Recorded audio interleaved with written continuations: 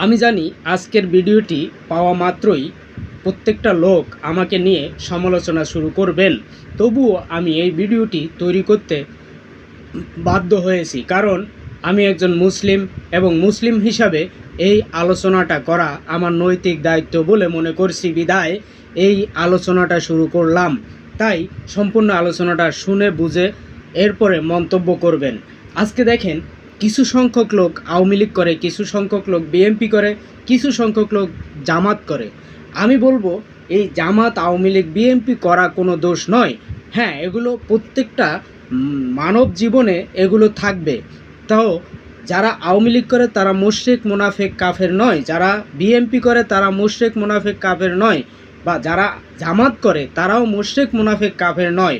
তবে একটি কথা রয়ে যায়, যখন একটি মুসলমান তাহাজ্জুদ গুজারিও যদি হয়, সে যদি জবান দ্বারা উচ্চারণ করে যে আমি মুজিবের সৈনিক এবং মুজিবের আদর্শ আমার আদর্শ, আমি জিয়ার সৈনিক, জিয়ার আদর্শ আমার আদর্শ, আমি মওদুদির সৈনিক, মওদুদির আদর্শ আমার আদর্শ, আমি আল্লামা দেলোয়ার হোসেন সাঈদীর সৈনিক, দেলোয়ার হোসেন সাঈদীর আদর্শ আমার আদর্শ, তখনই একটা মুসলমান সে অমুসলিম হয়ে যায়।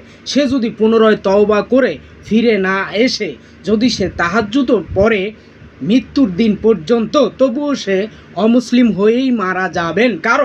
কারণ হলো আল্লাহ তাআলা বলতেছেন যে পৃথিবীতে একমাত্র শুধুমাত্র আমার ধর্ম এবং আমার বরত্ব প্রচার করো।